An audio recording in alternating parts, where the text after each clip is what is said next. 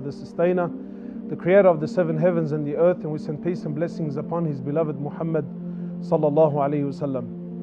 You know, my brothers and sisters, there isn't a place that I go or that I travel to except that I'll get some mother and some father that come up to me with a broken heart and worry and concern in their eyes, and they always advise me that, please brother, can you speak about can you speak about children and speak about the rights of the parents, speak about the youth and how our youth are lost and our youth are going astray. And I get this so much, and I can see the frustration in the eyes of mothers and fathers.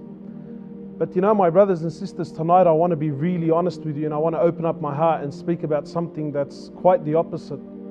Because if you were to ask me, yes, while we have a lot of problems facing our young ones, I feel that there's a bigger problems with the mothers and the fathers.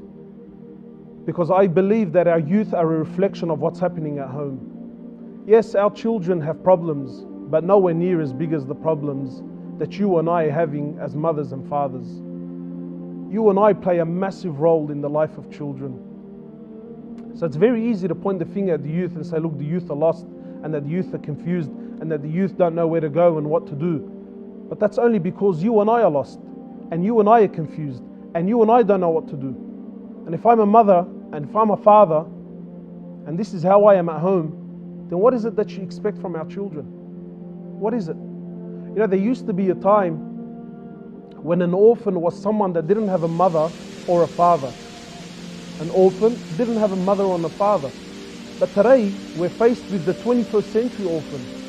Someone that has a mother and has a father, but he might as well not as well have them. If I can count you the amount of people that I come across, young boys and girls that have mothers and have fathers, but they're just not involved in their lives. And the heartbreak that I see in their eyes when it comes to their families. Yeah? And then when I meet their parents have the audacity to come to me and tell me, you should speak to my children and tell my children about the rights of the mother and the rights of the father and how that they should be treating us. My brothers and sisters, when you and I decided to get married, when you and I decided to have a family, when you and I decided to have children, you and I embarked on a massive journey, probably the biggest journey you'll ever do in your life. And it is our responsibility to be involved in the lives of our kids. Because that's our role, that's our job. And wallahi, it absolutely kills me, it breaks my heart when I see mothers and fathers that are not interested, nowhere near. If I tell you how many young boys I see and I talk to, and the young boy will look me dead in the eye and he told me, you know what, I despise my father, I hate my dad. And I tell him, why, how come? He says to me, brother, there's no relationship with my father whatsoever. I come home from school, he's not there. When I need him after school, he's not there. He's always out with his mates or he's busy at work. One guy, when I was actually having a chat with him, he had a lot of problems with his father. And I said to him, man, talk to me. How come there's problems with your father? He says to me, from the core of my heart, I actually hate my dad. I said to him, why do you hate him for? He goes, because he's never around. My father has never once in my life had a conversation with me, ever. In fact, the only time I ever hear my father speaking to me is when I've done something wrong. When I've done something wrong, that's the only time I hear his voice. And when he does speak to me, it's put downs. You're a loser, you're not going to be anything in your life, you're this, that and the other. So he says to me, I get out of my way to prove to him that I am what he claims I am. He says, I will do anything, I'm prepared to do anything just to get him going, just to get him revved up, just to get him angry. This is the condition. Why? Why? People are always complaining, our kids. My brothers and sisters, we need to be involved with our children. Wallahi, it's very easy to point the fingers and say, look at 1, 2, 3, 4. But if we're not prepared to point the fingers at ourselves and blame ourselves, where are you as a mother? Where are you as a father? Where are you? What is it that's busied you? What is it that you're so occupied with? I heard a story from one of the mashayikh in South Africa. It's a true story.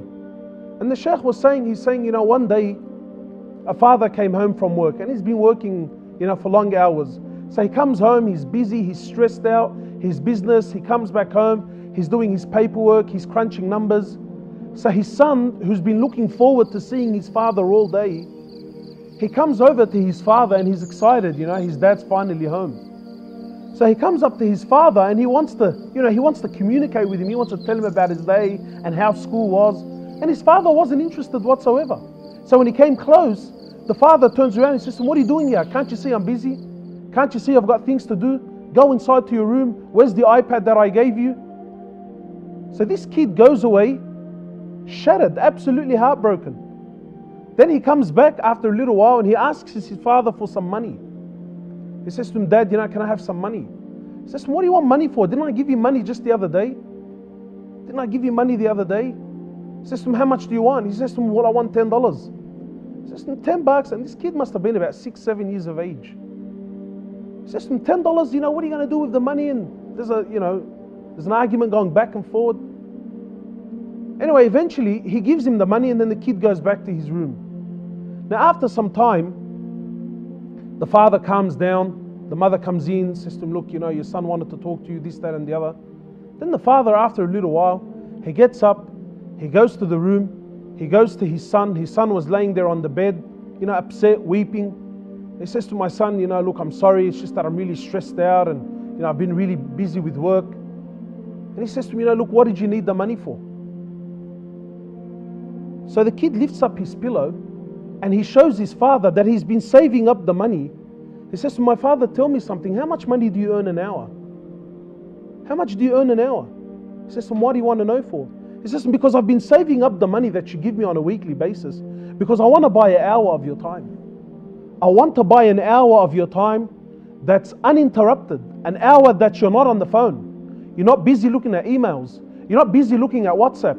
You're not busy looking at this, that and the other. I want an hour of your time." Wallahi, my brothers and my sisters, I ask you sincerely, honestly, when was the last time you ever had a proper conversation with your child? When was the last time you ever sat down and asked your child about their interests, about what they like and what they dislike? When? Somebody once told me, he said to me, "When was the last time you actually played with your children?" And he said to me, "I don't mean play as in kick a ball. No, he said to me, I mean sit down and do what they want you to do. Interact with them." Truth is, never. Never. A kid grows up worshipping his parents. If a kid, wallahi, if you gave your child 24 hours of the day, he won't say no. But what happens is we're busy, and we never ever have time. And even when we're there, and I'm speaking about myself, these are the mistakes that even I make. My wife points them out to me all the time. She says to me, "Mohammed, get off your phone. Get off your phone. Your kid is talking to you. Your kid is trying to ask you a question. Your kid is trying to engage you." And guess where I am? I'm busy. I'm busy. So even when I'm at home, I'm actually not there. I'm busy on my phone. What do you think this does to a child? Wallahi, you could be the greatest parent on earth. You can be the greatest parent on earth, ticking all the boxes. Parenting is the greatest job you'll ever do. Imagine when there's shortcomings. Imagine when you and I are not there.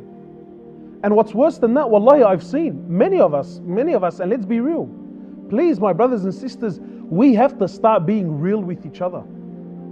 Many of us, we live under one roof. But guess what? We're living very, very separate lives, man. The husband is in one world, the wife is in another, and the children are just in another world altogether. And then we wonder why children are disobedient.